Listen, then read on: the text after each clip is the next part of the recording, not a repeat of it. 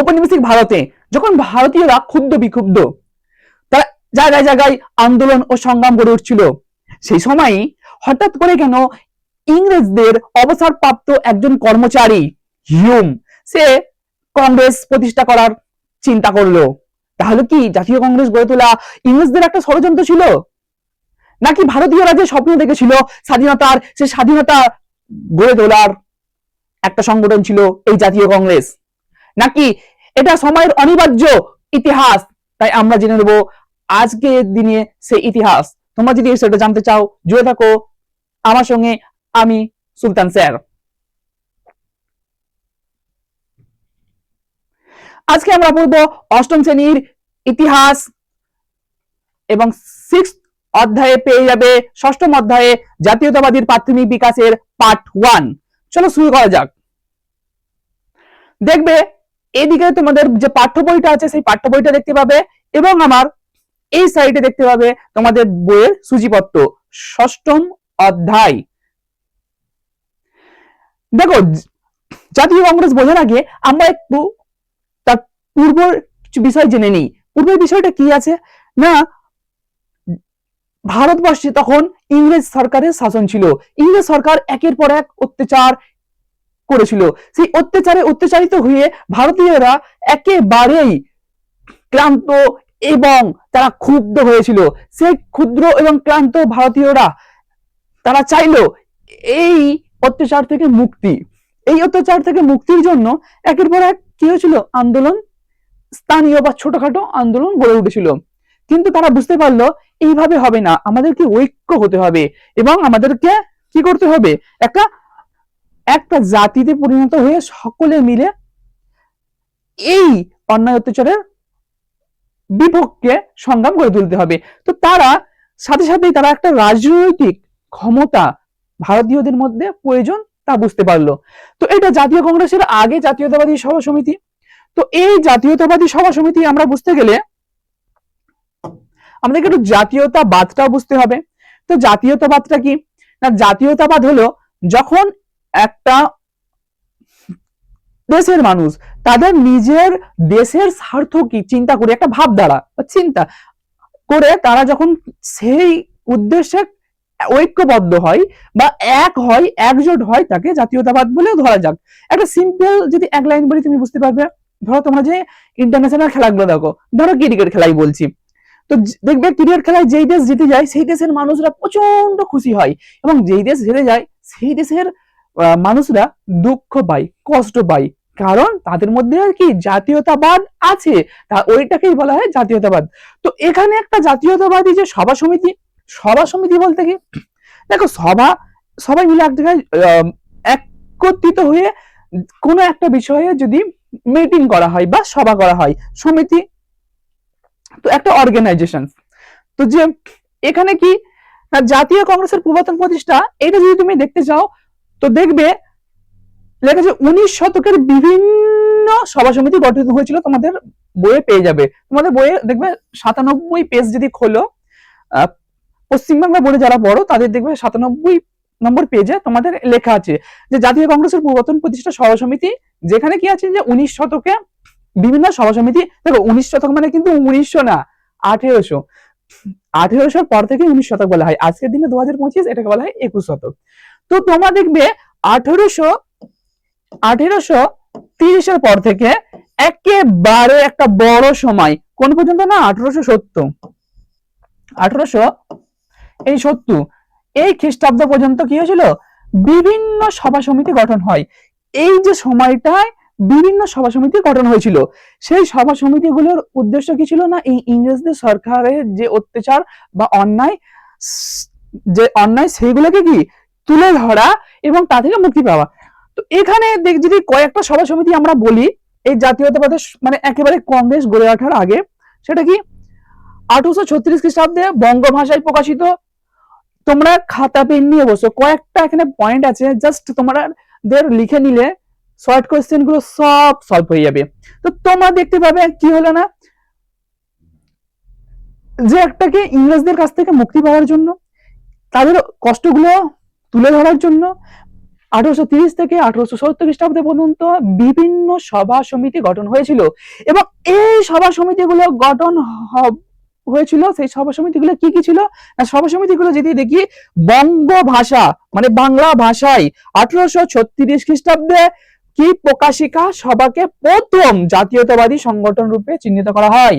যদি আমাদেরকে বলা হয় যে জাতীয়তাবাদী প্রথম সংগঠন কি না, প্রথম জাতীয়তাবাদী সংগঠন হলো যে প্রকাশিকা সভা। ঠিক আছে, এবার রাজনৈতিক সংগঠন, দেখো রাজনৈতিক সংগঠন হচ্ছে রাজনৈতিক দাবি দাবা তুলে ধরার প্রশ্নে প্রথম রাজনৈতিক সংগঠন। এটা তো একটা বঙ্গভাষায় প্রকাশিকা সভা, এটা একটা, কিন্তু এটা হচ্ছে রাজনৈতিক পলিটিক্যাল যদি সংগঠন প্রথম ধরো সেটা হচ্ছে জমিদার সভা, যা 1836 খ্রিস্টাব্দে হয়েছিল। তাহলে প্রকাশিকা সভা হলো, তারপরে জমিদার সভা হলো, মূলত অনেকগুলোই সভা হয়েছিল। তিনটে জায়গাকে কেন্দ্র করে এই সভাগুলো হয়েছিল। তিনটে জায়গা কি কি না, একটা হচ্ছে কলকাতা, বোম্বাই এবং মাদ্রাজ। এই তিনটে জায়গাকে কেন্দ্র করে, এই তিনটে জায়গা কেন, এই তিনটে জায়গাতে প্রেসিডেন্সি ছিল, ইংরেজদের প্রেসিডেন্সি ছিল। প্রেসিডেন্সি বলতে কিন্তু প্রেসিডেন্সি ইউনিভার্সিটি নয়, প্রেসিডেন্সি বলতে সেই জায়গাটা যেখান থেকে ইংরেজরা তাদের কার্যকলাপ চালাতো।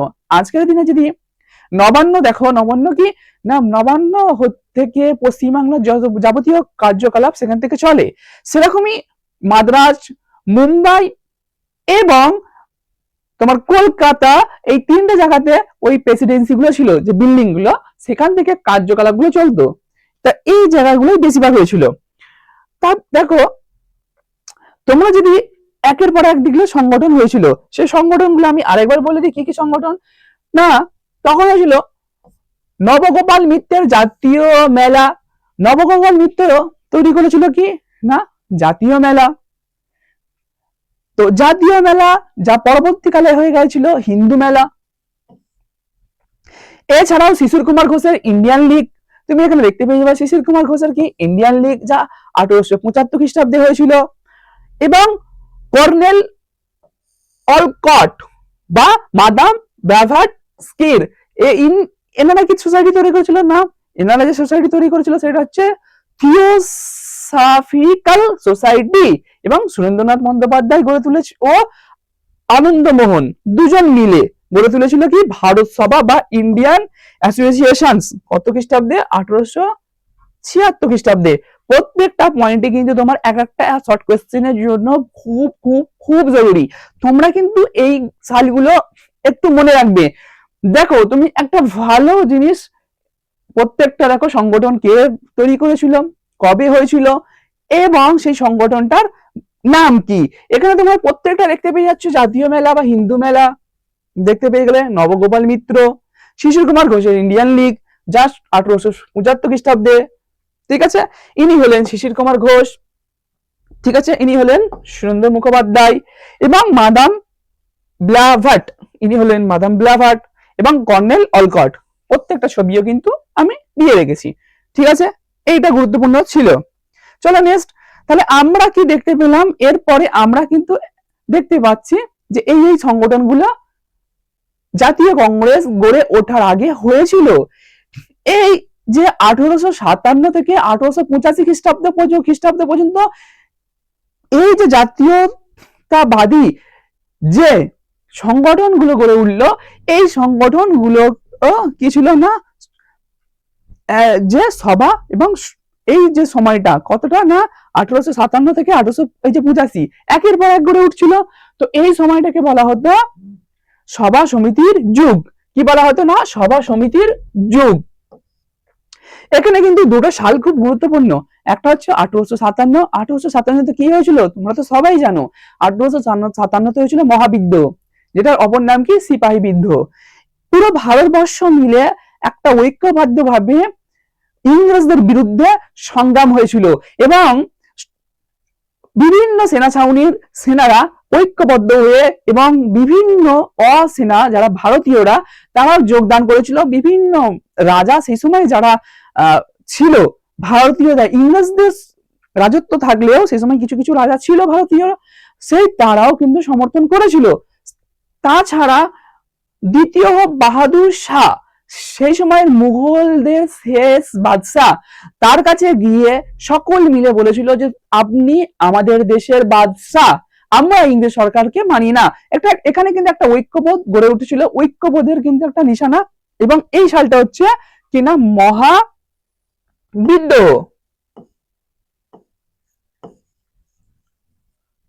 মহাবিদ্রোহ, তো এই সময়টা কি হয়েছিল না, একটা মহাবিদ্রোহ হয়েছিল। তোমরা তো জানো মহাবিদ্রোহ।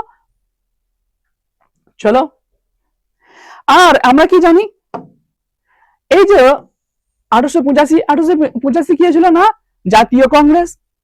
কি হয়েছিল না, জাতীয় কংগ্রেস।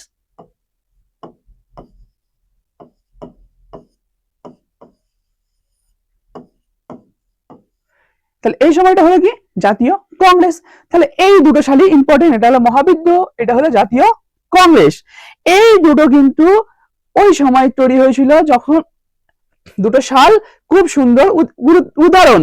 এবং এখান থেকে এখানটা, এই যে সময়টা, এখান থেকে এই সময়টাকে বলা হয় কি, সভা সমিতির যুগ। এই মহাবিদ্রোহ কি হয়েছিল, যখন সবাই ঐক্যবদ্ধ হলো, তখন তারা বুঝতে পারলো যে ঐক্যবদ্ধ হবার গুরুত্ব আছে, এবং আমাদেরকে এই ইংরেজ সরকারকে যদি বিতাড়িত করতে হয় তাহলে ঐক্যবদ্ধ হতে হবে। জাস্ট এই জায়গাটা তোমরা একটু ভালো করে মনে রাখবে। চলো নেক্সট দেখো, জাতীয়তাবাদের প্রাথমিক বিকাশ। এরপরে আমরা যাচ্ছি জাতীয়তাবাদের প্রাথমিক বিকাশ।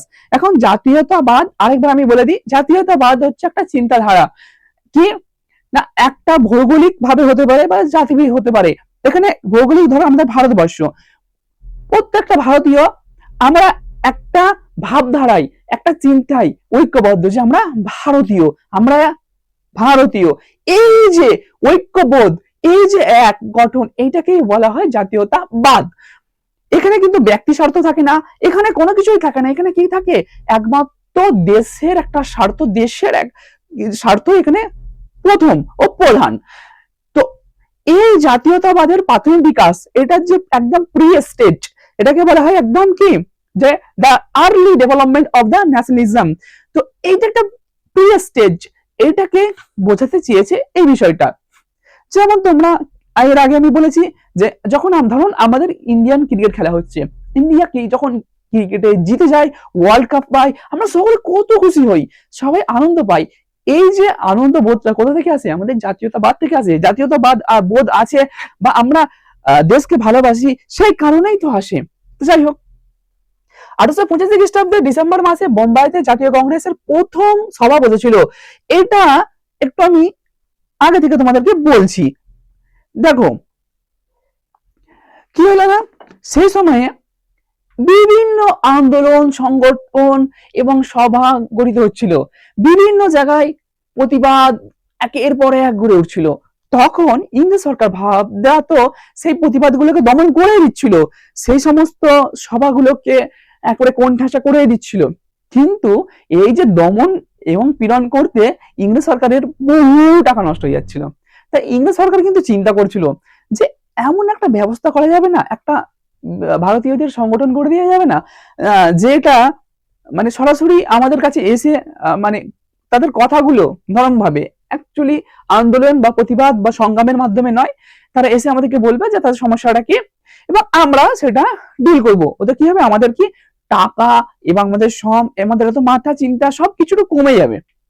তো সেই কারণে তারা কিন্তু একটা ভারতীয়দের সংগঠন বা একটা ন্যাশনাল সংগঠন বা জাতীয় স্তরে মেনে নেবে এমন একটা রাজনৈতিক সংগঠন তৈরি করার কথা তারা ভাবছিল।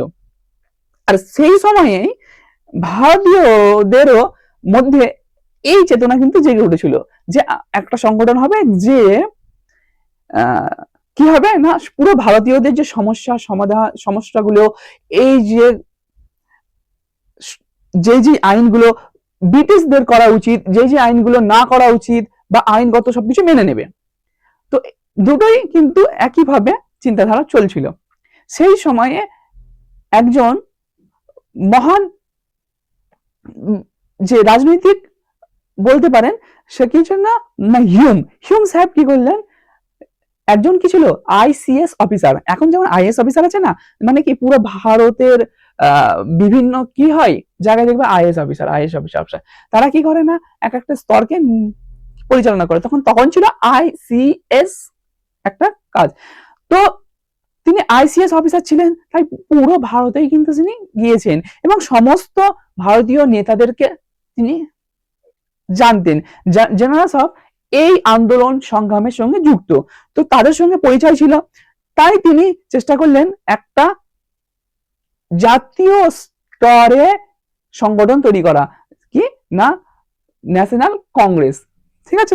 তো জাতীয় তারা এই ন্যাশনাল কংগ্রেসটাকে গড়তে চেয়েছিল কে না হিউম সাহেব। তো হিউম অ্যালান অক্টাভিয়ান হিউম, তো অ্যালান অক্টাভিয়ান হিউম উনি কি করলেন, প্রত্যেকটা ভারতীয় যারা স্তরের নেতা ছিলেন তাদেরকে ঐক্যবদ্ধ করলেন এবং একটা সভার ব্যবস্থা করলেন। এই যে সভাটা হয়েছিল কোথায় না মুম্বাই হয়েছিল। প্রথমে কিন্তু তারা মহারাষ্ট্রের পুনাতে এই সংগঠনটা বা এই সভাটা করার চেষ্টা করেছিলেন। এই সভাটা সেখানে হলো না, কারণ মহারাষ্ট্রের পুনাতে তখন কলেরা মহামারী ছড়িয়ে পড়েছিল। তো এই কলেরা মহামারী কারণে সেখানে না এই সভাটা করে এই সভাটা করা হলো বোম্বাই, আজকের দিনে যেটা মুম্বাই। এবং এর সভাপতিত্ব করলেন উমেশচন্দ্র বন্দ্যোপাধ্যায়। ইনি হলেন উমেশচন্দ্র বন্দ্যোপাধ্যায়। এই উমেশচন্দ্র বন্দ্যোপাধ্যায় এই সভাটার সভাপতিত্ব করলেন। তাহলে এটা কত সালে হলো না 1885 খ্রিস্টাব্দে। কোন মাসে? ডিসেম্বর মাসে। তাহলে 1885 খ্রিস্টাব্দের ডিসেম্বর মাসে না অ্যালান অক্টাভিয়ান হিউমের উদ্যোগে এবং সভাপতি ছিলেন উমেশচন্দ্র বন্দ্যোপাধ্যায়ের সভাপতিত্বে একটা সভা হলো। সেটা কোথায় হলো না সেটা হলো বোম্বাই শহরের গোকুল দাস তেজপাল সংস্কৃত কলেজে অধিবেশনটি বসে। সেই অধিবেশনে কি জাতীয় কংগ্রেসের প্রথম অধিবেশন। তাহলে ন্যাশনাল কংগ্রেস বা জাতীয় কংগ্রেস প্রথম অধিবেশন হলো। তাহলে এখান থেকে জাতীয় কংগ্রেস কিন্তু সৃষ্টি বা ধরুন প্রতিষ্ঠা হলো। তারপরে দেখো আমরা যদি দেখি যে এই যে জাতীয় কংগ্রেস প্রতিষ্ঠা হলো, এখানে কিন্তু একজন ব্যক্তির নাম উঠে আসছিল নাকি না অ্যালান অক্টাভিয়ান হিউম। তো অ্যালান অক্টাভিয়ান হিউম একজন ইংরেজ অবসরপ্রাপ্ত কি ICS অফিসার। তো সেখানে তো প্রশ্ন আসবেই যে তিনি সবাইকে মানে একত্রিত ভাবে হয়ে একটা সংগঠন তৈরি করছে। এই সংগঠন তাহলে কি হবে? ইংরেজদের দ্বারা বা ইংরেজদের একটা ষড়যন্ত্র। তো এই কথাটা তুলে ধরেছিলেন কে না উইলিয়াম ওয়েল্টার বার্নের লেখা হিউমের জীবনী লিখেছিল কে না উইলিয়াম ওয়ার্ডার বার্ন। তো তিনি কি করেছিলেন না একটা জীবনীতে বলেছিলেন যে এটা হলো যে এক ধরনের ষড়যন্ত্র। কার ষড়যন্ত্র না হিউম ও বড়লাট লর্ড ডাফরিনের উদ্যোগেই নাকি জাতীয় কংগ্রেস সৃষ্টি হয়েছে। তো এই উনি বলেছিলেন ডাফরিন সেই সময়ে বড় লর্ড ছিলেন, মানে ইংরেজদের যে প্রধান আমাদের ভারতীয়দের মধ্যে যারা শাসনের ক্ষমতায় থাকতেন তাদেরকে বড় লাট বলা হতো। তো এখানে কি ছিল না লর্ড ডাফরিন ছিল। তো লর্ড ডাফরিন এবং হিউম দুজন মিলে নাকি জাতীয় কংগ্রেসকে গড়ে তুলেছেন এবং এই জাতীয় কংগ্রেস গড়ে তোলাটা একটা ষড়যন্ত্র ছিল। এটাকে বলা হতো হিউম ও ডাফরিনের ষড়যন্ত্র তত্ত্ব। তাহলে হিউম ও ডাফরিনের ষড়যন্ত্র তত্ত্ব কাকে বলে? এটা কিন্তু তোমাদের কাছে স্পষ্ট হয়ে গেল যে অবসরপ্রাপ্ত একজন কি কর্মচারী কেন হিউম, সে গড়ে তুলেছিল কি জাতীয় কংগ্রেসকে গড়ে তোলার পেছনে তার একটা বিশাল বড় উদ্যোগ ছিল। সেই যে গড়ে তোলার উদ্যোগ সেটাকেই বলা হয় কি না হিউম বা ডাফরিনের ষড়যন্ত্র তত্ত্ব। এটা একটা MCQ আসলে তোমরা করে দিতে পারবে এবং শর্ট কোশ্চেনও পারবে। এটাকে বড় কোশ্চেন আসলেও তোমার মতো করে একটু বাড়িয়ে যদি লিখে দাও বড় কোশ্চেনও সলভ হয়। এগুলো কিন্তু সাধারণত 2 নম্বর কোশ্চেনে আসে।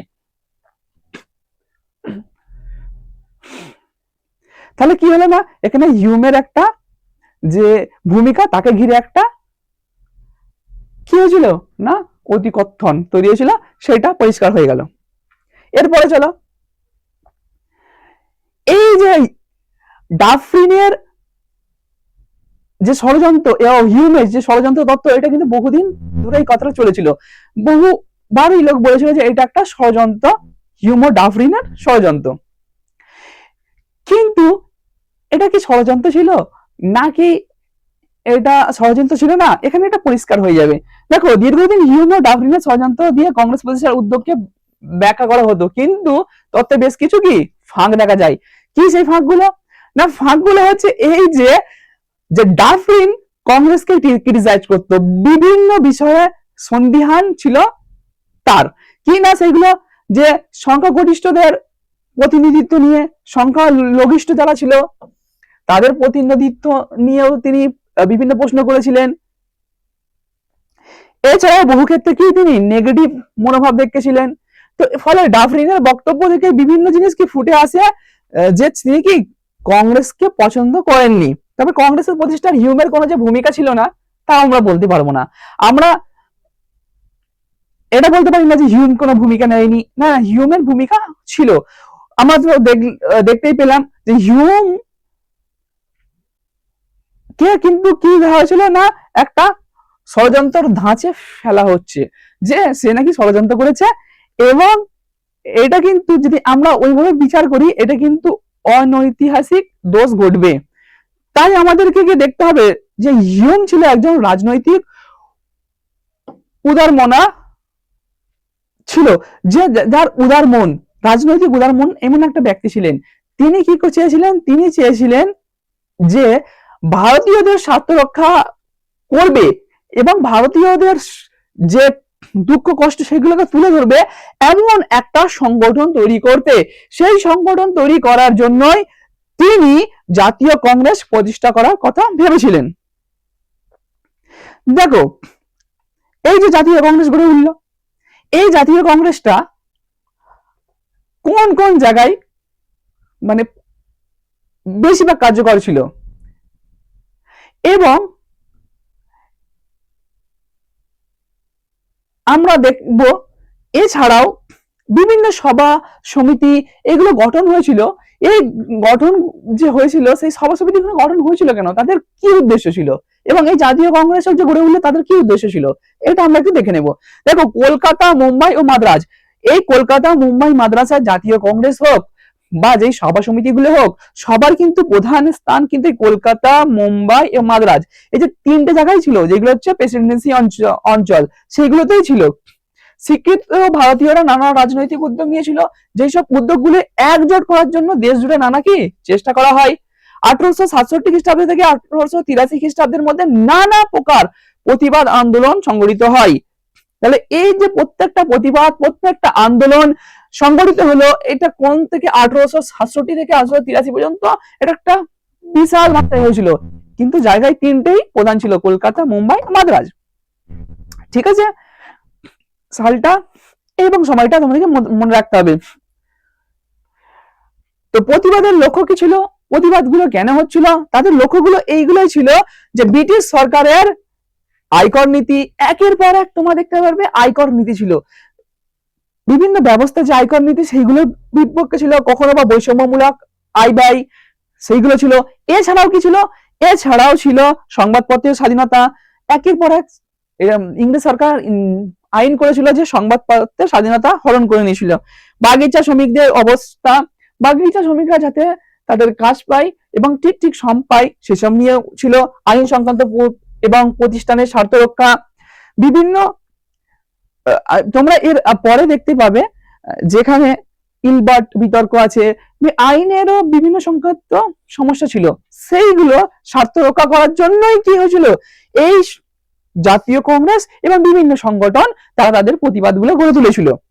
তবে হিউম যদিও উদ্যোগ নাও নিতেন, দেখো আমরা সবসময় দেখছি হিউম হিউম হিউম যে জাতীয় কংগ্রেস স্থাপন করেছে, না, যদি হিউম উদ্যোগ নাও নিত, এই যে প্রতিবাদগুলো হচ্ছিল, একের পর এক সংগঠনের দাবিগুলো ছিল, এই দাবিগুলো এবং এই প্রতিবাদগুলোর পরিপ্রেক্ষিতে বলা যাবে যে ভারতের একটা জাতীয় স্তরের যে সংগঠনের বা একটা জাতীয় স্তরের রাজনৈতিক দলের প্রয়োজন ছিল, তাই বলা হয়েছে যে হিউম যদি এটা উদ্যোগ নাও নিত তাও ভারতে জাতীয় কংগ্রেস গড়ে উঠত।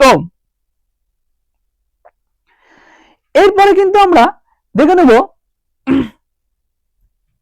যে আমরা তো দেখলাম যে এই তিনটে জায়গাকে কেন্দ্র করে প্রতিবাদগুলো হয়েছিল।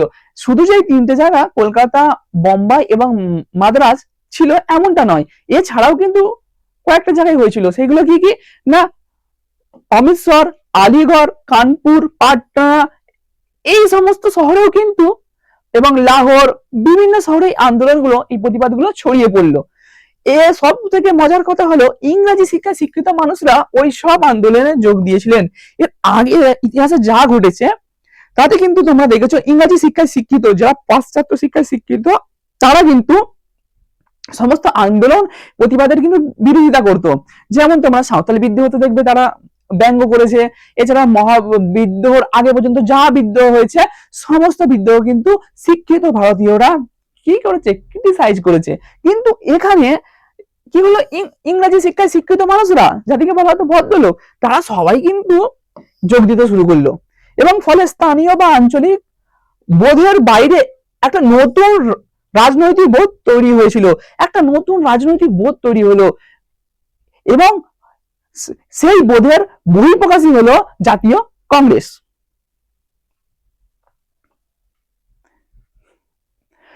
তো জাতীয় কংগ্রেসের কি উদ্দেশ্য ছিল? জাতীয় কংগ্রেস একেবারে গোয়া থেকেই চেয়েছিল যে আঞ্চলিক পার্থক্য বা স্বার্থ রক্ষার বাইরে বৃহত্তর একটা আদর্শ চিন্তা ভাবনা করতে হবে। সেই চিন্তা ভাবনাতে কি হবে, বছরের শুরুতে যে একটা একেবারে যে তুমি দেখেছো ডিসেম্বরের দিকে একটা সভা হতো ওদের, তো ওই সভাতে কি হবে না, ওই সভা যেখানে হবে সেখানের মধ্যে কি করতে হবে, সেখানে যেন ব্যক্তিগত স্বার্থ না থাকে, ব্যক্তিগত জাতিগত স্বার্থে একটা পুরো দেশীয় জাতিগত স্বার্থ থাকবে কিন্তু কোনো ব্যক্তিগত স্বার্থ থাকবে না। তাই তারা কিন্তু কি করেছিল যে আঞ্চলিক স্বার্থ থেকে শুরু করে মানসিক দূরত্ব সবকিছু দূর করে একটি সংগঠনে ঐক্যবদ্ধ হওয়ার জন্যই ওইসব নীতি নিয়ম কংগ্রেস চেয়েছিল। এবং 1888 খ্রিস্টাব্দে ঠিক করা হয় যদি কোন প্রস্তাবে বেশিরভাগ হিন্দু কিংবা মুসলমান সমর্থন না থাকে তবে সেই প্রস্তাব স্থগিত থাকবে। তাহলে কি, যদি একটা বড় অংশের হিন্দু বা মুসলিম কোন একটা প্রস্তাবকে সমর্থন না করে তাহলে ওইটা স্থগিত থাকবে, ওই যে সিদ্ধান্তটা নেওয়া হবে না। তাহলে এখানে জাতীয় কংগ্রেসের কি উদ্দেশ্য ছিল না, গণতান্ত্রিক ও সার্বিক ঐক্যমতের ভিত্তিতে কংগ্রেস পরিচালনার লক্ষ্যই ছিল জাতীয় কংগ্রেসের প্রধান উদ্দেশ্য। এছাড়া আমরা যদি জাতীয় কংগ্রেসের উদ্দেশ্যটা দেখতে পেলাম, কিন্তু এখানে আমরা দেখবো জাতীয় কংগ্রেসের দুর্বলতাগুলো। দেখো জাতীয় কংগ্রেসের কিছু দুর্বলতা ছিল। দুর্বলতা হলো কি, এত বড় একটা সংগঠন যে একটাকে পুরো ভারতকে রিপ্রেজেন্ট করছে ইংরেজ সরকারের সামনে, তো তারও কিছু দুর্বলতা ছিল, যেই কারণে সে কি খুব তাড়াতাড়ি অনেক বড় সংগঠন হতে পেরেছিল না শুরুর দিকে। তো শুরুর দিকের দুর্বলতাগুলো কি কি ছিল সেগুলো আমি বলে দিই। দেখো অবশ্যই মনে রাখা দরকার যে গোড়া থেকেই জাতীয় কংগ্রেসের মধ্যে সাংগঠনিক নানা কি দুর্বলতা ছিল। দুর্বলতা গুলো কি, এখানে দুর্বলতা গুলো হচ্ছে তোমরা একটু ভালো করে মনে রাখবে, আঞ্চলিক, লিঙ্গগত ও শ্রেণীগত প্রতিনিধিত্ব সমান ছিল না। তাহলে আঞ্চলিক যে এবং লিঙ্গগত এবং শ্রেণীগত, দেখো আঞ্চলিক বলতে এখানে আমি একটু বলেই দিই, আঞ্চলিক বলতে দেখো পুরো ভারতবর্ষের বিভিন্ন জায়গার নেতারা যদি এখানে ঐক্যবদ্ধ হয় তবে না সংগঠনটা বড় হবে। কিন্তু আমরা যদি দেখি তিনটে প্রেসিডেন্সি, মুম্বাই, কলকাতা এবং যে মাদ্রাজ, এই তিনটে জায়গারই লোক বেশি আছে। তার মধ্যেও আবার কি আছে, তার মধ্যেও আবার হচ্ছে যে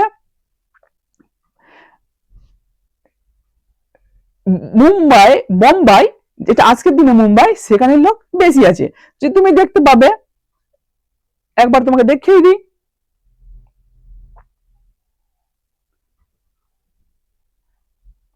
দেখো প্রথম যে সংগঠনটা হয়েছিল সেই সংগঠনটা কি হয়েছিল না,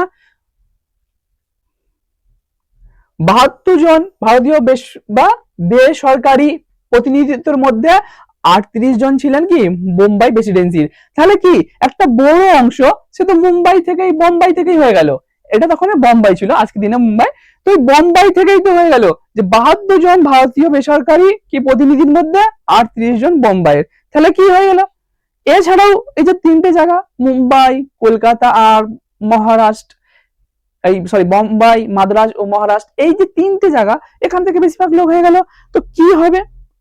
এই কারণে একটা কি ছিল না, সংগঠনের মধ্যে দুর্বলতা দেখা দিল। এছাড়াও লিঙ্গগতও ছিল, বা নারী পুরুষের যে রেশিও সেটা ঠিক ছিল না, নারী পুরুষের রেশিও কম থাকার কারণে সমস্যা দেখা দিয়েছিল। এছাড়া হচ্ছে শ্রেণীগত বা প্রতিনিধিত্ব ছিল। আর কি ছিল? আর ছিল হচ্ছে নিম্নবর্গের মানুষজন ও তাদের অভাব অভিযোগ সরাসরি সংগঠনের মানে বৃত্তে আনতে চাইনি কংগ্রেস। চাইনি একেবারে শুরুর দিকে যে গরিব মধ্যবিত্ত একেবারে পিছনে পড়া মানুষগুলো, তাদের অভাব অনটন গুলো সংগঠনের মধ্যে এনে ইংরেজের সরকারের সামনে তুলে ধরা, সেটা তারা চায়নি। সেটা তাদের জন্য কি হচ্ছে, একেবারে সাধারণ মানুষ যারা একদম নিম্নবিত্ত মানুষ, তাদের সঙ্গে কংগ্রেস কি কানেক্ট করতে পারেনি, তাদের সঙ্গে সংযোগ করতে পারেনি, তারা কংগ্রেসকে সমর্থন করেনি। বাস্তবত পাশ্চাত্য শিক্ষায় শিক্ষিত মানুষ বা সম্মানীয় পেশায় যারা পাশ্চাত্য শিক্ষায় শিক্ষিত মানুষ, তাদেরকে এবং সম্মানীয় পেশায় যারা মানে আছে, তাদেরকে শুধু কংগ্রেস প্রতিনিধিত্ব সুযোগ পেয়েছিল। বেশিরভাগ মানুষই ছিল আইনজীবী। এই যে আইনজীবী মানুষটাই বেশিরভাগ ছিল। এছাড়াও কি ছিল, যেমন আইনজীবী, এছাড়াও যদি আমরা দেখতে পাই যে ভৌগোলিক বিচার করলেও কংগ্রেসের কি বোম্বাই প্রদেশ ছিল সব থেকে গুরুত্বপূর্ণ ভূমিকায়। তো তোমরা দেখতেই পেয়েছিলে আগেই যে বোম্বাই ছিল সব থেকে গুরুত্বপূর্ণ, যে 72 জনের বেসরকারি প্রতিনিধিদের মধ্যে 38 জন ছিল কি বোম্বাই প্রেসিডেন্সির। ফলে সর্বভারতীয়ত্ব যে দাবি করতো যে আমরা সর্বভারতীয়, ঠিক আছে, তো এই যে সর্বভারতীয় যে দাবি করা, সেটা বাস্তবে ছিল না। বাস্তবে যে বোম্বাই, মাদ্রাজ, বাংলা প্রেসিডেন্সি কিছু শিক্ষিত পেশাদারী জীবী বা ব্যবসায়ী, এরাই কি ছিল ও জমিদার। তাহলে কি হলো, কিছু শিক্ষিত পেশাজীবী যেমন দেখলে আইনজীবী, তারা কিছু ব্যবসায়ী এবং কিছু জমিদার ছিল কংগ্রেসের প্রধান স্তম্ভ। তাহলে প্রধান স্তম্ভে কি ছিল না, উচ্চ বর্গের মানুষ। এখানে কিন্তু নিম্ন বর্গ এবং গরিব মানুষের কিন্তু কোনো স্থান দেখতে পাচ্ছ না।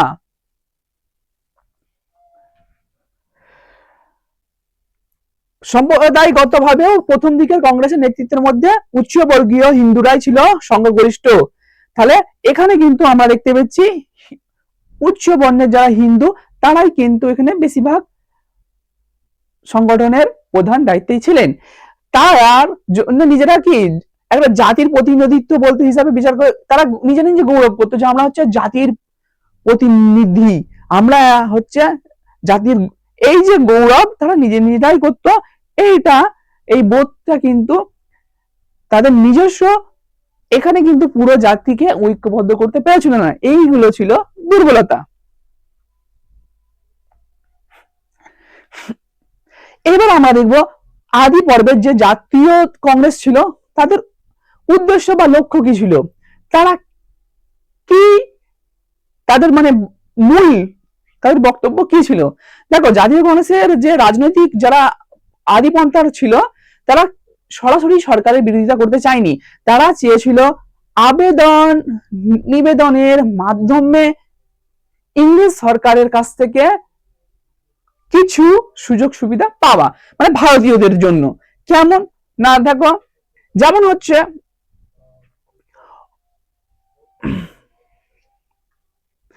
তারা কি চেয়েছিল যে কিছু সুযোগ সুবিধা পাওয়া। ফলে কি উপনিবেশিক শাসনের অমূল যে বদলের কর্মসূচি কংগ্রেসের ছিল না, যে একটা উপনিবেশিক শাসন এটার একটা পরিবর্তন হয়ে যাবে, মানে কি হেরে যাবে বা আমাদের দেশ ছেড়ে চলে যাবে, সেটা কিন্তু তাদের উদ্দেশ্য ছিল না।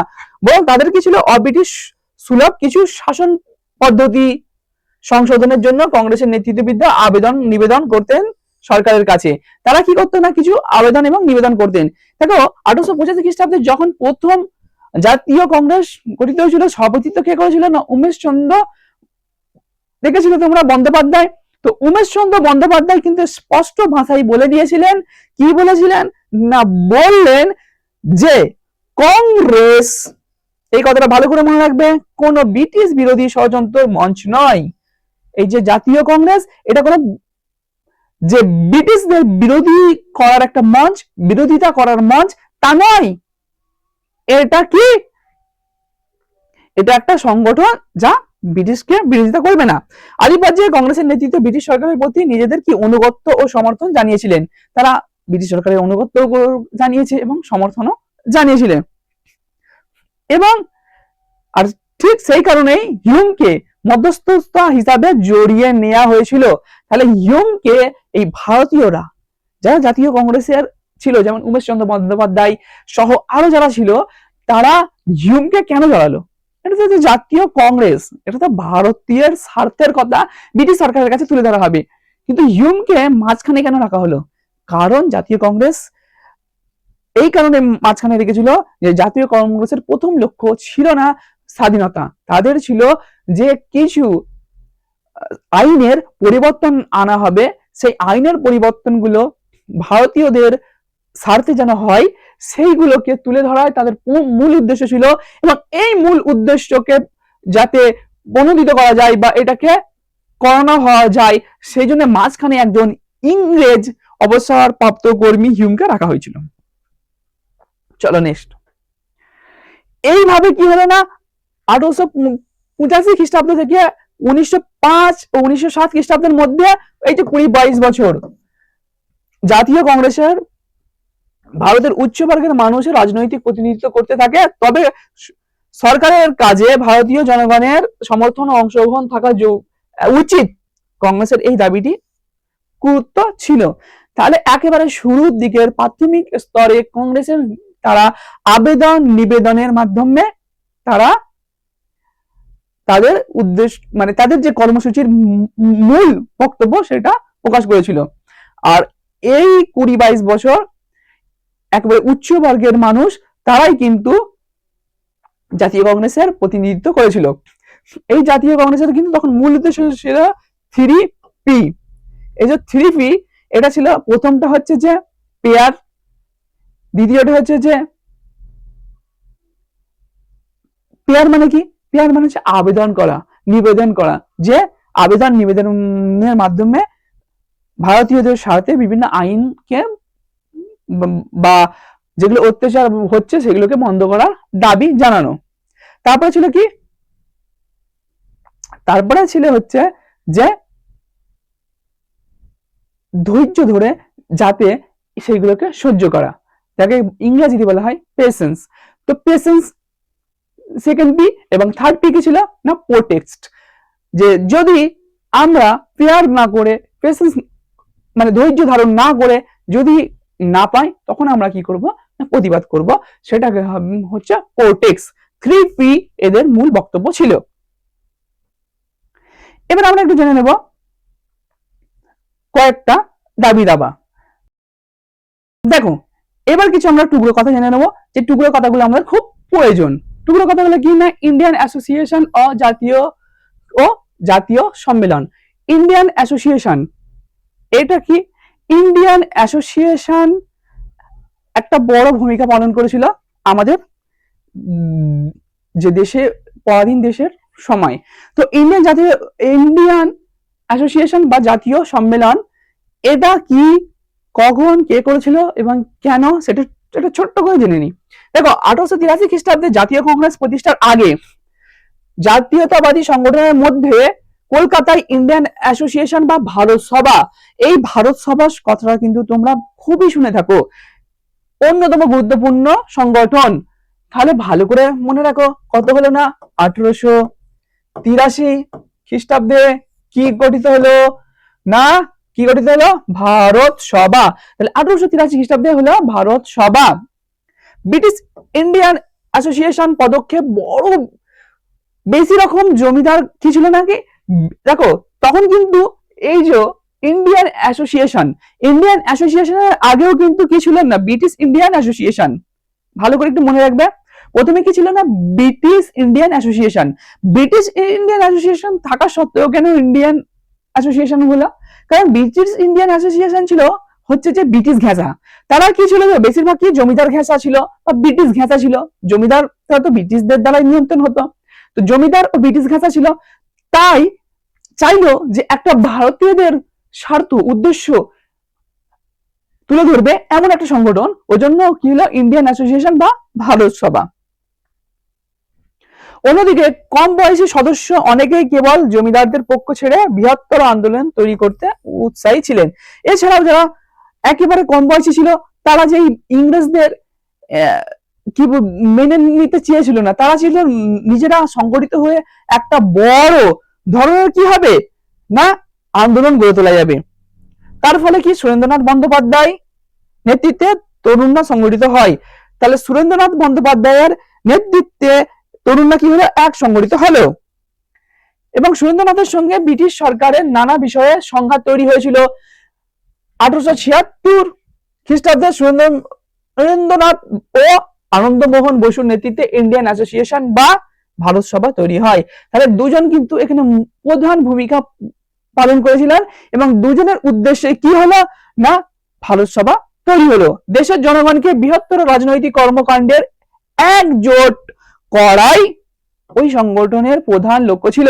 তাহলে কি হয়েছিল, যে দেশের বিশাল বড় অংশের মানুষকে একটা জোট করা, ঐক্য তৈরি করে আন্দোলন করা। দেখো ছোট ছোট আন্দোলন তো হচ্ছিল, কিন্তু সবাইকে একভাবে এক জায়গায় আনাই ছিল মূল উদ্দেশ্য। ভারত সভা বা ইন্ডিয়ান অ্যাসোসিয়েশনের উদ্যোগে 1883 খ্রিস্টাব্দে প্রথমবার একটি সর্বভারতীয় সম্মেলন, জাতীয় সম্মেলন কলকাতায় আয়োজন করা হয়।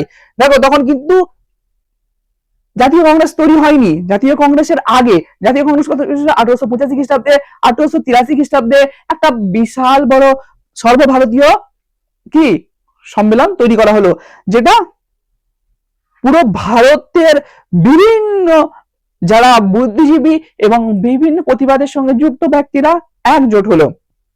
এই সম্মেলনে সভাপতিত্ব করেন রামতনু লাহিড়ী। এই সম্মেলনের সভাপতিত্ব কে করেছিলেন না তোমরা দেখতেই পেয়েছ, রামতনু লাহিড়ী। এগুলো কিন্তু প্রত্যেকটা শর্ট কোশ্চেন, এবং তুমি এই টুকরো কথাটা জানলে অনেকগুলো 2 নম্বরের প্রশ্ন কিন্তু লিখতে পারবে। চলো নেক্সট কোশ্চেনে আমরা শুনবো ইলবার্ট বিল বিতর্ক। দেখো ইলবার্ট বিল বিতর্ক যদি দেখো, এর আগে শ্বেতাঙ্গ যারা মানে ফলস মানে ইউরোপীয় এবং তাদের বিচার কিন্তু ভারতীয় বিচারকরা করতে পারতেন না। দেখো সেই পর্যন্ত কি ছিল না, ব্রিটিশ এবং ব্রিটিশ মানে ভারতীয়রা দুজনেই কিন্তু ভারতীয় কোর্টে জজ হিসাবে নিয়োগ ছিল। কিন্তু এটা নিয়ম ছিল যে ভারতীয়রা যদি অন্যায় অত্যাচার করে তার কিন্তু বিচার ব্রিটিশ এবং ব্রিটিশ ভারতীয়রা এবং যে শ্বেতাঙ্গ বা ইউরোপীয়রা আছে বিচারকরা আছে, সেই ইউরোপীয় বিচারকরা বিচার করতে পারবে। কিন্তু কোন ইউরোপীয়রা যদি অন্যায় অত্যাচার করে তাদের বিচার কিন্তু ভারতীয় জজ করতে পারবে না। বুঝতে পেরে গেছো? এটা ছিল। কিন্তু তখন কি হলো, তখন কি গভর্নর জেনারেল লর্ড রিপন আইনসভার সদস্য সিপি ইলবার্ট, এটা ভালো করে মনে রাখবে কি না, সিপি ইলবার্ট বিচার বিভাগীয় ক্ষেত্রে এই অসাম্য দূর করার চেষ্টা করেন। তিনি কি করলেন না, এই যে অসাম্য একটা আছে এই অসাম্যটাকে দূর করতে চেষ্টা করলেন। উনি চাইলেন যে এই অসাম্যটা দূর হয়ে যাক এবং ভারতীয়রাও ইউরোপীয়দের বিচার করতে পারুক। তো এই যে প্রস্তাবটা, এই প্রস্তাবটার বিপক্ষে ইউরোপীয়রা আন্দোলন শুরু করল এবং ইউরোপীয়রা দের আন্দোলনের একেবারে প্রভাবে কি হলো না, এই দাবিটাকে কি করলো না, এই দাবিটাকে প্রত্যাহার করে নিল। এটা হয়েছিল কত না 1883 খ্রিস্টাব্দে। 1883 খ্রিস্টাব্দে এই বিলের কি হলো না প্রতিবাদ করেছিল ইউরোপীয়রা একেবারে সংগঠিত হয়ে 1883 খ্রিস্টাব্দে তারা প্রতিবাদ করলো। শ্বেতাঙ্গদের এই আন্দোলনের ফলে কি হলো না, বিলটা প্রত্যাহার হয়ে গেল। এবং এই প্রত্যাহার পরে ভারত সভার উদ্যোগে এই দেখো এই ভারত সভা, এর আগে যে পড়লে ভারত সভা, ভারত সভা বা কি ইন্ডিয়ান অ্যাসোসিয়েশন, ইন্ডিয়ান অ্যাসোসিয়েশন বা ভারত সভা উদ্যোগে ভারতীয়রাও এই বিলের বিরুদ্ধে কি করলো, প্রতিবাদ গড়ে তুললো, তারাও আন্দোলন করতে শুরু করলো। এই আন্দোলনের চাপে শেষমেশ ইংরেজ সরকার মেনে নিল, কিছু শর্ত দিল যে এই শর্ততে ভারতীয় জজেরা ইউরোপীয়দের বিচার করতে পারবে। আর এটাই ছিল ইলবার্ট বিল বা ইলবার্ট বিলের বিতর্ক। বুঝতে পেরেছ? এটা ছিল কি ইলবার্ট বিলের বিতর্ক। তোমরা বুঝতে পেরে গেছো? ইলবার্ট বিলের বিতর্কতে কি হলো না, ইলবার্ট বিলের বিতর্ক করে মানুষরা বুঝতে পারলো যে ভারতীয়রা ঐক্য হলে কতটা লাভ আছে, ভারতীয়দের ঐক্য বোধ গড়ে উঠেছিল। এরপরে দেখে নাও, এরপরে আমরা বলেছি যে ব্রিটিশ শাসনের দমনমূলক কয়েকটি আইন। আমরা এর আগে দেখলাম যে তারা কি চেয়েছিল, বিভিন্ন সংগঠন এবং জাতীয় কংগ্রেসের বিভিন্ন, তারা কি চেয়েছিল, বিভিন্ন সংগঠন কি চেয়েছিল না সংবাদপত্রের স্বাধীনতা চেয়েছিল। তো সংবাদপত্রের স্বাধীনতা কেন চাইবে? কারণ সংবাদপত্রের স্বাধীনতা হরণ হয়ে গেছে, তাই সংবাদপত্রকে থামিয়ে দেওয়া হয়েছে। তেমন অনেক কিছু কি ইংরেজ সরকার দমনমূলক নীতি এনেছিল। সেই দমনমূলক নীতিগুলো কি ছিল সেগুলো আমরা একটু জেনে নেব। দেখো টুকরো কথায় ছোট করে জেনে নিই। ব্রিটিশ শাসনের দমনমূলক কয়েকটি আইন, যেমন হচ্ছে 1876 খ্রিস্টাব্দে লর্ড নর্থব্রুক জারি করেন কি না নাট্যাভিয়ান নিয়ন্ত্রণ আইন। নাট্যাভিয়ান নিয়ন্ত্রণ আইন মানে বুঝতে পারছো, নাটক নিয়ন্ত্রণ আইন। মানে সিম্পল কথা যে ভারতীয়রা যদি কোনো নাটক মঞ্চস্থ করে, মানে কোনো মঞ্চে একটা নাটক করে, তো সেই নাটক করার আগে কি করতে হবে না, ইংরেজ সরকারকে বা ইংরেজের যে পুলিশ বিভাগ আছে সেই পুলিশ বিভাগকে নাটকটা লিখে জমা দিতে হবে।